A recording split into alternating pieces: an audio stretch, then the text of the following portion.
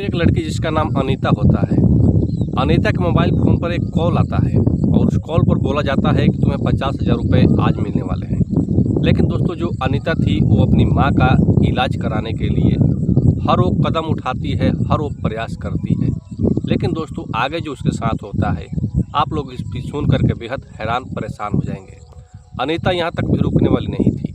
जब वो 50,000 रुपये का नाम सुनती है तो बहुत खुश हो जाती है कि शायद हमारे माँ के जीवन में कुछ पैसे जो हैं ये ज़रूर से ज़रूर काम आएंगे। लेकिन इस अनीता को नहीं पता था कि वो 50,000 रुपये जब वो कमाने के लिए जाएगी तो उसके साथ क्या होने वाला था। जो अनीता है अपने घर से 10 बजे रात के समय में स्कूटी तो निकाल देती है, होटल तक पहुंच जाती है। होटल में उसे 25,000 रुपये एडवांस के तौर पर मिलते हैं। लेकिन फिर भी दोस्तों, उस अनीता लड़की को नहीं पता था कि आगे चलकर उसके साथ क्या होने वाला है। थोड़ी ही देर के बाद जो होटल का मैनेजर होता है इस अनीता को बोलता है कि तुम कमरा नंबर 113 में चली जाओ। अनीता जो होती है आहिस्ता आहिस्ता अपना पाँव जो है बढ़ाते हुए दोस्तों वो सीधा उस होटल के कमरा नंबर 113 की ओर बढ़ने लगती है। अब दोस्तों, इस अनीता के पीछे जो उसके भविष्य में होने वाला था वो भी जो काल चक्र था इसके पीछे पीछे आ ही रहा था। अनीता दोस्तों कमरा नंबर 113 के पास पहुंच करके जैसे ही बेल बजाती है तो अंदर से जो लोग थे वो गेट खोलते हैं। गेट खोलते ही दोस्तों अनीता के साथ वहाँ पर कुछ ऐसा होता है कि आप लोग भी सुन करके बहुत दंग हो जाएंगे, परेशान हो जाएंगे। दोस्तों नमस्कार, प्रणाम। चलिए आज की जो सच्ची घटना है उसे हम लोग बहुत ही विस्तार पूर्वक जानने का प्रयास करते हैं। दोस्तों, आप लोगों से रिक्वेस्ट है कि आप लोग इस चैनल पर नए होंगे तो चैनल को सब्सक्राइब करके और वीडियो को एक लाइक अवश्य करिएगा। आज की सच्ची घटना दोस्तों जबलपुर जो कि उत्तर प्रदेश में पड़ता है, यहीं के रहने वाले जिनका नाम रामू साहू होता है। रामू साहू की पत्नी ममता देवी, जो कि दोस्तों वो लोग बहुत ही गरीब परिवार से बिलोंग करते थे। उन लोगों के पास कमाने खाने के सिवा और उन लोगों के पास कोई संपत्ति नहीं था, कोई अपना खेत भी नहीं था। दोस्तों, रामू साहू और ममता देवी दोनों जो थे वो लोग जंगल जाते थे और जंगल में जाकर के लकड़ी, सूखी सूखी लकड़ी काटते थे और उन्हीं लकड़ियों को काट करके वो लोग बाज़ार लेकर जाते थे और बेच करके और चावल और आटा जो भी होता था राशन का सामान वो लोग खरीदते थे और अपने घर पर जाते थे। इन्हीं ममता देवी की एक लड़की जिसका नाम अनीता होता है, जो कि दोस्तों अनीता की उम्र लमसम उस समय 7 साल थी। अनीता उस समय दोस्तों तीसरी क्लास में पढ़ रही थी। अनीता बचपन से ही पढ़ने में बहुत ज़्यादा तेज होती है। लेकिन दोस्तों इस रामू होता है, रामू साहू, इसे नहीं पता था कि हमारी जो लड़की है भविष्य में हमारे साथ क्या करने वाली है। अब दोस्तों रामू साहू और ममता देवी इसी तरीके से 2 साल का समय निकल जाता है। एक दिन दोस्तों अचानक एक त्यौहार आता है जो कि दीपावली का त्यौहार था। उसी दिन वो लोग अपने मन में सोचते हैं और अपने आपस में बात करते हैं। जो रामू साहू है और उनकी पत्नी ममता देवी दोनों बात करते हैं कि चलो क्यों ना आज त्यौहार है, हम लोग चलते हैं जंगल और आज जल्दबाजी में यानी कि हम लोग शाम होने से पहले अपने लकड़ियों को बेच करके और कुछ सामान खरीद करके हम लोग घर पर चले जाएंगे क्योंकि आज त्यौहार है। लेकिन इस ममता देवी को नहीं पता था कि आज उसके साथ जो घटना घटित होने वाली थी। दोनों बहुत ही खुशी के साथ अपने घर से अपने एक एक कुल्हाड़ी को लेकर के वो लोग जंगल की ओर बढ़ने लगते हैं। काल चक्र इन लोगों का दोस्तों पीछा करने लगता है। फिर भी इन लोगों को कुछ महसूस भी नहीं हो रहा था कि इन लोगों के साथ आज क्या होने वाला है। जंगल में जाने के बाद रामू साहू जो होता है वो एक सूखी पेड़ पर चढ़ जाता है। सूखी सूखी टहनियों को काट कर नीचे गिराने लगता है। थोड़ी ही देर के बाद दोस्तों जो ममता देवी थी वो सारे लकड़ियों को इकट्ठा करने लगती है और 2 गैठर बना देती है। अब तुरंत रामू जो होता है, रामू साहू, वो पेड़ से नीचे उतरता है और अपनी जो भी गठरिया थी उसे बारी बारी से उठा करके और वो लोग रास्ते से चलने लगते हैं, निकलने लगते हैं। लेकिन फिर भी इन लोगों को नहीं पता था कि उन लोगों को जो काल चक्र पीछा कर रहा है। दोनों जो व्यक्ति होते हैं ममता देवी और रामू साहू, वो लोग बाज़ार पहुंच जाते हैं। बाज़ार पहुंचने के बाद दोस्तों वो लोग अपनी अपनी लकड़ियों को दुकान पर बेच देते हैं। बेचने के बाद ये लोग जो है चले जाते हैं सामान किनने के लिए। लेकिन इस ममता देवी को नहीं पता था कि उसके पैर में एक थोड़ी सी खरोंच जैसी दिख रही थी। ममता देवी उसे इग्नोर कर देती है और कहती है कि शायद कोई लकड़ियों के कांटा गड़ गया है या कोई पत्थर से थोड़ा सा कट गया है। अब ममता देवी और रामू साहू दोनों ही प्यारे बहुत खुशी के साथ अपने घर को चले जाते हैं। उनकी लड़की जो अनीता थी वो जब अपनी माँ के हाथों में सामान देखती है, मिठाइयाँ देखती है, पटाखे देखती है, बहुत खुश हो जाती है। लेकिन दोस्तों इस अनीता को भी नहीं पता था कि आगे चल करके उन लोगों के साथ जो होने वाला था। अब दोस्तों यहाँ पर ममता देवी, रामू साहू और उनकी लड़की अनीता बेहद ही शाम के समय दीपावली का जो पर्व होता है उसे बेहद ही अच्छी तरीके से ये लोग मनाते हैं। मनाने के बाद सभी लोग सोने के लिए चले जाते हैं। जैसे ही दोस्तों सुबह होता है तो रामू साहू उठ जाते हैं। उनकी लड़की अनीता जो थी उठ करके अपने घर में झाड़ू लगाने लगती है। लेकिन दोस्तों समय चलता ही जा रहा था। समय लमसम 7 बज चुका था। फिर भी जो ममता देवी थी वो नहीं उठ पाती हैं। रामू साहू जाते हैं जब उसे उठाने के लिए तो देखते हैं कि ममता देवी के मुंह से झाग आ रहा है।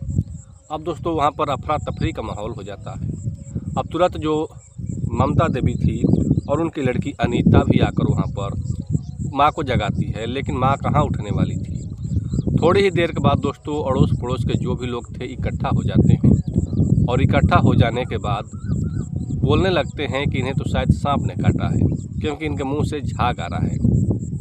अब दोस्तों यहाँ पर कुछ ऐसा होता है कि जो रामू साहू होते हैं वो अपनी पत्नी का दाह संस्कार करते हैं। दाह संस्कार करने के बाद रामू साहू बहुत खोए खोए से रहने लगते हैं। लेकिन फिर भी रामू साहू अपने मन में ठान लेते हैं कि हमारी जो लड़की है उसे एक अच्छे मुकाम तक पहुंचाना है। उसे हर संभव मैं प्रयास करूंगा, चाहे वो जितना उसकी मर्जी हो उतना पढ़ाई करे, मैं उसमें कमी नहीं होने दूंगा और आगे मैं भविष्य में कोई अपना शादी भी नहीं करूंगा। अब दोस्तों यहाँ पर रामू साहू पहले तो जंगल जाते थे लकड़ियों को काटने के लिए, लेकिन अब दोस्तों रामू साहू जो हैं वो जंगल नहीं जाते हैं, बल्कि बगल के ही किसानों के खेतों में जाकर के काम करने लगते हैं, मजदूरी करने लगते हैं। मजदूरी करने के बाद दोस्तों उन्हीं में से जो पैसे मिलते थे उससे अपना घर का खर्च चलाते थे। उनकी लड़की अनीता दोस्तों पढ़ने में बिल्कुल तेज थी। इसी तरीके से 5 वर्ष का समय निकल जाता है। अनीता जो थी दोस्तों 10th क्लास की छात्रा हो जाती है। 10th क्लास का जब फाइनल एग्ज़ाम होता है तो अनीता दोस्तों फर्स्ट डिवीज़न से पास हो जाती है। अब रामू साहू को खुशी की कोई ठिकाना ही नहीं थी। रामू साहू गांव में जाकर के लड्डू बांटने लगते हैं। गांव के लोग पूछने लगते हैं, क्या हुआ, तुम लड्डू क्यों बांट रहे हो? रामू साहू बड़ी ही खुशी के साथ कहता है कि हमारी जो लड़की है वो फर्स्ट डिवीज़न से पास की है, हमारा मेहनत सफल हो रहा है। अब दोस्तों यहाँ पर सभी लोग बारी बारी से अपना लड्डू खाते हैं, हंसी खुशी से बातें करते हैं। लेकिन इस रामू साहू को नहीं पता था कि आगे चल करके इसके साथ क्या होने वाला है।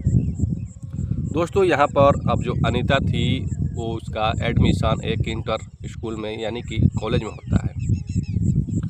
कॉलेज में जैसे ही अनीता का एडमिशन दोस्तों हो जाता है तो अनीता जो थी अब अपना कॉलेज में क्लास करने के लिए प्रतिदिन दोस्तों जाने लगती है। अब दोस्तों यहीं से जो अनीता का काल चक्र था उसका पीछा करने लगता है। उसी कॉलेज में पढ़ने वाली एक लड़की जिसका नाम खुशबू होता है, जो कि दोस्तों बेहद अच्छे कपड़े पहन करके उसके हाथ में एक स्कूटी थी, एक मोबाइल फ़ोन था। जो खुशबू थी वो अपने 4-5 सहेलियों को एक साथ होटल से ले जाती थी, महंगे महंगे खाना को ऑर्डर करती थी और सभी लोग हंसी खुशी के साथ खाना को भी खाते थे। अब ये चीज़ देख करके जो अनीता है बहुत शौक हो जाती है कि शायद लगता है कि अमीर घराने की ये लड़की है। उस दिन तो कोई बात नहीं होता है, अनीता को खुशबू से कोई बात नहीं होता है, बल्कि खुशबू को ये जो अनीता है बारी बारी से ऐसे ही देख रही थी। इसी तरीके से दोस्तों 2 से 4 दिन का वक्त निकलता है तो जो अनीता थी खुशबू के साथ इसकी दोस्ती हो जाती है। दोस्ती दोस्तों हो जाने के बाद फिर भी पता नहीं था अनीता को कि जो खुशबू है और हमारी दोस्ती जो हुई है तो ये दोस्ती हमें कौन से ऐसे काल चक्र में फंसाने वाली है। अब दोस्तों यहाँ पर अनीता को खुशबू बहुत ज़्यादा कुछ खर्च करने लगती है, होटल्स में ले जा कर के खाना खिलाने लगती है। अनीता कहती है कि तुम्हारे माता पिता अवश्य कोई सरकारी नौकरी करते होंगे। अब दोस्तों यहाँ पर खुशबू कहती है कि देखो हमारे माता पिता कोई सरकारी जॉब नहीं करते हैं। फिर भी दोस्तों यहाँ पर अब अनीता सोचने लगती है कि आखिर इसके पास इतना पैसे आता कहाँ से है। अनीता को एक ही बात मन में रुझा रहा था कि इस लड़की के पास पैसा इतने आता कहाँ से है। अनीता जब अपने घर पर जाती है तो अपने पिताजी से कहती है कि पिताजी आप भी हमारे लिए अच्छे अच्छे कपड़े खरीद दीजिए, हमारे लिए अच्छा सा मोबाइल फ़ोन खरीद दीजिए। लेकिन जो बेचारे रामू साहू थे वो कहते कि देखो बेटी, अगर तुम पढ़ लिख जाओगी तो तुम अपने जीवन में हर वो चीज़ हासिल कर सकती हो, लेकिन बेटी मैं अभी तुम्हारे लिए कुछ नहीं कर सकता हूँ। आगे अगर हमारे पास पैसा होगा तो हम तुम्हारे लिए बहुत कुछ कर देंगे। फिर भी दोस्तों अनीता कहते हैं कि पिताजी जो मैं कपड़े पहनकर स्कूल जाती हूँ वो जो कपड़े हैं वो अच्छे नहीं लगते हैं, बिल्कुल एकदम लो टाइप पर हमारे कपड़े दिखते हैं कॉलेज में। हमारी जो सहेलियाँ हैं बहुत अच्छे अच्छे कपड़े पहन करके जाती है। फिर भी रामू साहू अपनी लड़की को समझाने का हर वो संभव प्रयास करते हैं। अब दोस्तों यहाँ पर अनीता फिर से अपना कॉलेज के लिए जाती है। उस दिन जो खुशबू थी वो अनीता से कहती है कि अनीता ऐसा बात है कि तुम हमारे आज घर होकर चलो, क्योंकि हमारे घर के साइड से ही तुम प्रतिदिन अपने घर को जाती हो। आज हमारे साथ चलो, आज हमारे मम्मी पापा से भी मुलाकात हो जाएगा। लेकिन इस अनीता को नहीं पता था कि उसके साथ अब आगे क्या होने वाला है। अनीता वहाँ से दोस्तों निकल पड़ती है और जाने के बाद खुशबू के घर पर पहुँच जाती है। पहुँचने के बाद दोस्तों यहाँ पर जो खुशबू के माता पिता थे वो लोग अपना अपना ड्यूटी जाने के लिए तैयारियां कर रहे थे। दोस्तों यहाँ पर जो अनीता थी और खुशबू तुरंत अपने घर में किचन में जाती है और चाय बना करके लाती है और एक बरांडा था, उसी बरांडे में चाय को रखती है एक टेबल पर और दोनों वहीं पर बैठ जाते हैं। अब बारी बारी से दोस्तों जो अनीता है वो देखती है कि इसकी जो माँ है वो किसी किसी के घर पर जा कर के झाड़ू पोछे का काम करती है। इसके जो पिताजी हैं वो बेलदारी यानी कि चौक पर जा कर के मजदूरी करते हैं। ये जो घर है ये खुशबू का घर भी नहीं है, बल्कि एक किराए का मकान है। अब दोस्तों अनीता के मन में ये बात बहुत ही अब खौलने लगती है कि आखिर खुशबू के पास इतने पैसे कहाँ से आते हैं। अनीता कहती है खुशबू से कि ये जो तुम्हारे माता पिता हैं क्या मजदूरी करते हैं, यही लोग तुम्हें इतना पैसे कमा कर देते हैं जो कि तुम महंगे से महंगे होटल्स में जा कर के खाना खाती हो, अपने सहेलियों को खाना खिलाती हो। लेकिन दोस्तों यहाँ पर खुशबू कहती है कि नहीं, ये तो हमारा कमाई है और हमारा जो कमाई होता है महज 1 घंटे में मैं 40 से 50 हज़ार रुपये तक कमा लेती हूँ। अब दोस्तों ये बात जो है अनीता के मन में खटकने लगती है कि आखिर ये कौन सा काम करती है। अनीता पूछने लगती है खुशबू से कि तुम बताओ ना, आखिर तुम कौन सा काम करती हो कि जिससे तुम 1 घंटे और कुछ चंद समय में इतना पैसे कमा लेती हो।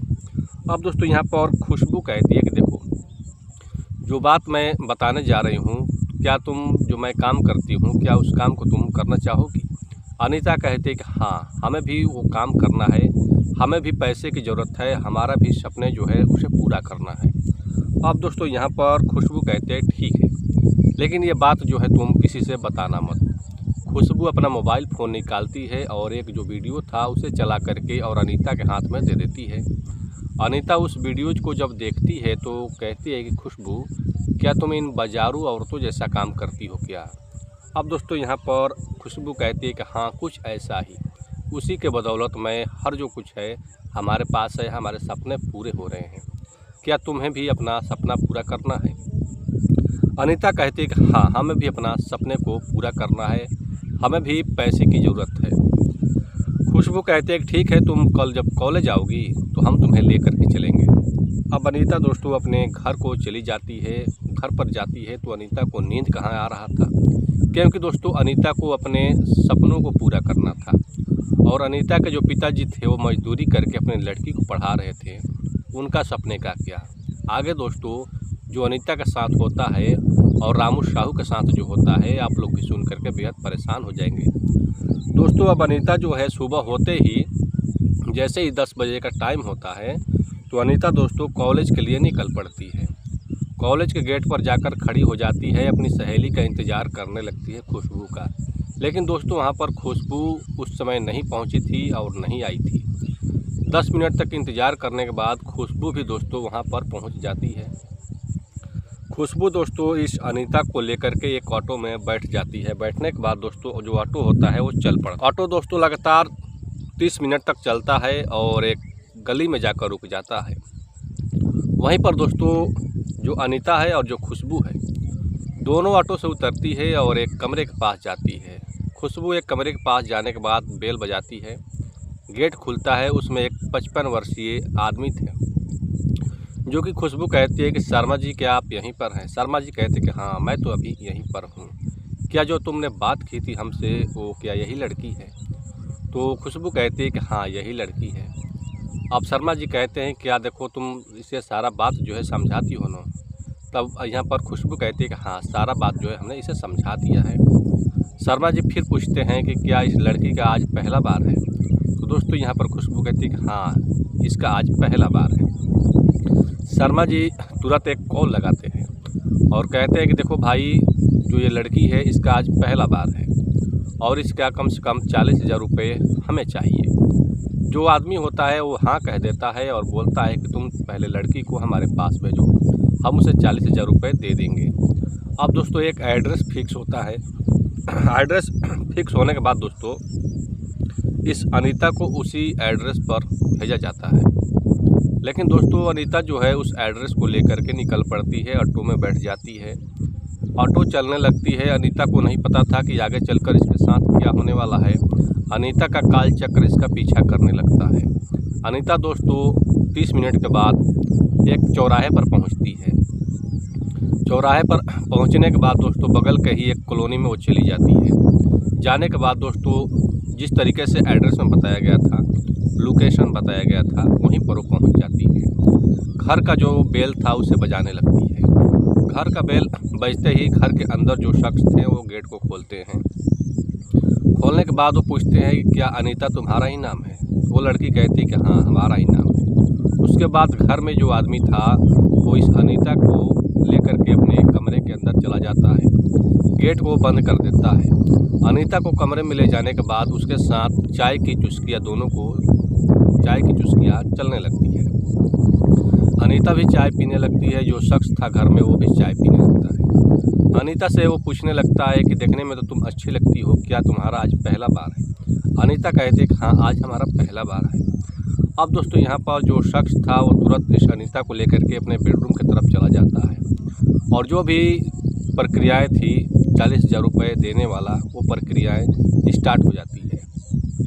लेकिन इस अनीता को नहीं पता था कि 40,000 रुपये कमाने की वजह से उसके साथ जो होने वाला था, जो इंसान जो आदमी था वो अब इस अनीता के साथ अपनी खुशियाँ जो है पूरा करने लगता है। लेकिन जो अनीता थी दोस्तों, कभी उछलकर बेड से नीचे चली जाती थी तो कभी उछलकर इधर। कभी कभी दोस्तों अनीता जो थी उस इंसान के प्राइवेट पार्ट तक भी टच कर दिया करती थी, उसे हटा भी देती थी। लेकिन जो आदमी था वो कहता है कि देखो अनीता, तुम्हें 40,000 रुपये चाहिए और 40,000 रुपये मैं जब दूंगा जब मैं पूरी अच्छी तरीके से खुश हो जाऊंगा। दोस्तों जो इंसान होता है वो पूरी अच्छी तरीके से अपने मन से अब इस अनीता के साथ अपनी जो भी प्रतिक्रियाएं थी वो पूरी करने लगता है। उसी समय जो अनीता होती है दोस्तों वो बेहोश हो जाती है। अब अनीता को कुछ भी नहीं पता था कि उसके साथ क्या हो रहा है। अनीता को जब होश आता है तो अनीता देखती है कि उस घर में एक जो नौकरानी है वो झाड़ू लगा रही है। नौकरानी की उम्र लमसम यही दोस्तों 45 से 55 साल थी। एक बुढ़ी जैसी औरत थी और उस घर में काम कर रही है। जो अनीता के साथ जो आदमी था वो अब उस घर में मौजूद नहीं है। फिर भी दोस्तों अनीता को नहीं पता था कि उसके साथ जो हो रहा है क्या हो रहा है। अब ये जो उसमें औरत थी वो कहती है कि देखो बेटी, तुम उठ करके मुँह हाथ धो लो, चाय वगैरह पी लो, देखने में तो तुम अच्छी घराने की लगती हो, फिर तुम ऐसा काम क्यों करती हो? अनीता कहती है कि हमें कुछ पैसे की ज़रूरत है और हमें अपने सपने को भी पूरा करना है। अनीता उठती है, लेकिन दोस्तों अनीता को दर्द से चल भी नहीं पा रही थी।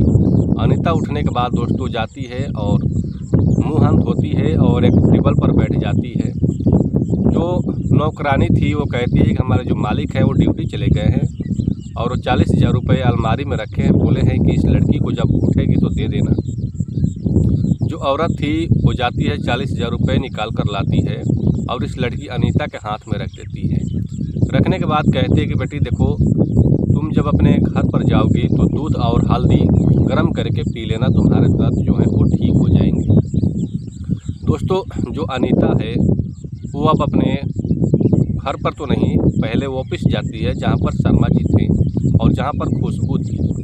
दोनों के पास 40,000 रुपये लेकर के जाती है और जाने के बाद दोस्तों 40,000 रुपये जब डाइनिंग टेबल पर रखा जाता है तो शर्मा जी उसमें से 10,000 रुपये जो है अपना कमीशन रख लेते हैं और बाकी के 30,000 रुपये इस लड़की को अनीता को मिल जाता है। अनीता दोस्तों उसी दिन से अब अपना काम करने का स्टार्ट कर देती है। रुपये पैसे का अनीता का आप सब सपने जो हैं वो पूरे होने लगते हैं। लेकिन दोस्तों इस रामू साहू को नहीं पता था कि हमारी जो लड़की है इसके पास जो पैसे आ रहे हैं वो कहाँ से आ रहे हैं। जब रामू साहू सवाल करते हैं अपनी लड़की से कि तुम्हारे पास इतना पैसा आता कहाँ से है, तो अनीता कहती है कि पिताजी मैं अपने मोबाइल फ़ोन पर एक ऑनलाइन गेम खेलती हूँ और उसी से मैं पैसे को अर्न करती हूँ। फिर भी दोस्तों जो रामू साहू थे वो समझ नहीं पाते हैं। अनीता इसी तरीके से अपने पिताजी को मूर्ख बनाते जाती है और कॉलेज के बहाने प्रतिदिन होटल्स में जाने लगती है। अब दोस्तों अनीता को एक लत जैसी लग पड़ी थी। लेकिन दोस्तों इस अनीता को नहीं पता था कि आगे उसके भविष्य में जो उसके साथ होने वाला था। अनीता के पास मोबाइल फ़ोन भी हो जाता है, अनीता के पास एक स्कूटी भी हो जाता है, अनीता अच्छे अच्छे अब कपड़े भी पहनने लगती है। यानी कि अनीता को अब ऐसा लगता था कि हमारे जो सपने हैं मैं जो चाहूँगी वो कर सकती हूँ। लेकिन दोस्तों इस अनीता को नहीं पता था कि उसके जो सपने हैं अभी शायद अधूरे ही रह जाएंगे। अनीता के पास हर वो होटल्स के लोगों का नंबर होता है। अनीता का भी जो नंबर था हर वो होटल वाले के पास होता था। एक दिन का समय दोस्तों होता है जो कि रात्रि का समय था, करीब 10 से 10:30 का टाइम हो रहा था। अनीता खाना खा करके अपने बेडरूम में सोने के लिए ही जा रही थी कि अनीता के मोबाइल फ़ोन पर एक कॉल आ जाता है और उस कॉल पर बोला जाता है कि तुम्हें आज 50,000 रुपये मिलने वाले हैं। और वो 50,000 रुपये इस बात के मिलने वाले हैं कि जो हमारे होटल्स में 2 मेहमान आकर रुके हुए हैं उन्हें खुश करना है और फिर तुम्हें पैसे मिल जाएंगे। वो लोग तुम्हारा ही फ़ोटो देख करके तुम्हें ही वो लोग चुने हैं, एक्सेप्ट किए हैं। अनीता बेहद खुश हो जाती है कि एक रात की बात है, 1-2 घंटे की बात है और फिर मैं जाऊंगी और तुरंत अपने घर को लौट जाऊंगी और सुबह होते ही हमारे पास 50,000 रुपये की बंडल से बंडल नोटों से हमारा बैग भर जाएगा। लेकिन दोस्तों अनीता को नहीं पता था कि उसका काल चक्र जो है उसे पीछा कर रहा है। अनीता अपनी स्कूटी निकालती है और दोस्तों होटल्स की ओर चल पड़ती है। होटल पहुंचने के बाद होटल का जो मैनेजर था इस अनीता को 25,000 रुपये एडवांस के तौर पर दे देता है और बोलता है कि तुम इस होटल के कमरा नंबर 113 में चली जाओ। अनीता का पाँव दोस्तों आहिस्ता आहिस्ता होटल के कमरा नंबर 113 की तरफ बढ़ने लगता है। अनीता जैसे ही उस गेट के पास पहुंचती है, बेल बजाती है तो दोस्तों जो रूम का दरवाज़ा था वो खुल जाता है। अनीता जब उस रूम के अंदर देखती है तो उस रूम के अंदर दोस्तों 5 लोग मौजूद थे और जो कि शराब पी रहे थे। अनीता दोस्तों जैसे उस कमरे के अंदर जाती है तो 5 लोग जो होते हैं अब इस अनीता के साथ अपनी जो भी अरमान था, जो भी सपने थे वो पूरे करने लगते हैं। कोई उसके कपड़े को फाड़ने लगता है, कोई दोस्तों उसके प्राइवेट पार्ट को टच करने लगता है। अब इसी तरीके से जो 5 लोग थे दोस्तों बारी बारी से अपना जो है खुशियाँ मनाने लगते हैं। लेकिन दोस्तों उन लोगों को नहीं पता था कि आगे भविष्य में उसी समय चंद मिनट में उन लोगों के साथ जो होने वाला था। 5 लोग जो होते हैं एक भूखी भेड़िए की तरह उस लड़की पर टूट पड़ते हैं। लड़की जो थी दोस्तों दर्द से करा रही होती है, इधर से उधर उछल रही होती है, लेकिन 5 लोग ज़बरदस्ती उसके हाथ पाँव मानो कि जैसे बांध दिया गया हो। अब दोस्तों यहाँ पर लड़की काफ़ी विरोध करती है लेकिन वो लोग मानने वाले नहीं थे। वो लोग बारी बारी से बोल रहे थे कि 50,000 रुपये जो है उसका हमें चुकता करना है और वो लोग एक भूखे भेड़िए की तरह उसे नोचने लगते हैं। दोस्तों इन लोगों का अभी तक अपनी अरमानों को पूर्ति भी नहीं हुआ था कि जो लड़की अनीता थी उसका जो गर्भाशय का नस था वो फट जाता है, उसके ब्लडिंग स्टार्ट हो जाती है, लेकिन फिर भी वो जो लोग थे वो मानते नहीं हैं। अनीता दोस्तों लास्ट में इसका मृत्यु भी हो जाता है। जब 5 ये 6 जो 5 जो लोग थे वो जब देखते हैं कि जो लड़की है अब ये दुनिया में नहीं है तो उसके बाद दोस्तों वो लोग क्या करते हैं कि उसी समय उस होटल को छोड़कर निकल पड़ते हैं। सुबह जैसे ही होता है तो होटल का जो स्टाफ था जब वो कमरे को सफाई करने के लिए आता है तो देखता है कि एक जो लड़की है इसी तरीके से पड़ी हुई है और वो इस दुनिया में नहीं है। तुरंत वो जो आदमी होता है, जो शख्स होता है, वो तुरंत अपने एक स्टाफ को सूचित करता है। जो स्टाफ होता है तुरंत दोस्तों एक मीडिया वाले को, प्रेस वाले को फ़ोन कर देता है, क्योंकि जो वो स्टाफ था उसका झगड़ा होटल के मैनेजर के साथ अक्सर होता था। अब दोस्तों जैसे ही मीडिया वाला वहाँ पहुँचता है तो लड़की का जो लाइव न्यूज़ था वो चलाने लगता है। थोड़ी ही देर के बाद दोस्तों पुलिस भी वहाँ पर पहुँच जाती है। पुलिस पहुँचने के बाद डेड बॉडी को पंचनामा बना करके और पोस्टमार्टम के लिए भेजा जाता है। उसके बाद होटल को सील कर दिया जाता है और होटल के जो भी लोग थे सभी लोग को अरेस्ट किया जाता है। दोस्तों ये तो भविष्य में ही छुपा है कि जो कोर्ट है इन लोगों को कौन सी सज़ा सुनाने वाली है और जो 5 लोग थे वो लोग क्या आगे भविष्य में गिरफ्तार हो पाते हैं या नहीं। तो दोस्तों ये रही आज की कुछ ऐसी कहानी जो कि एक लड़की को अपने पिता के साथ, जो पिता थे वो पढ़ाने के लिए हर संभव प्रयास करते हैं, लेकिन लड़की जो थी अपने सपने को पूरा करने के लिए हर संभव प्रयास करती है। तो क्या इस अनीता का जो सपना था वो पूरा हो पाते हैं या अनीता का जो सपने थे वो अधूरा ही रह जाते हैं?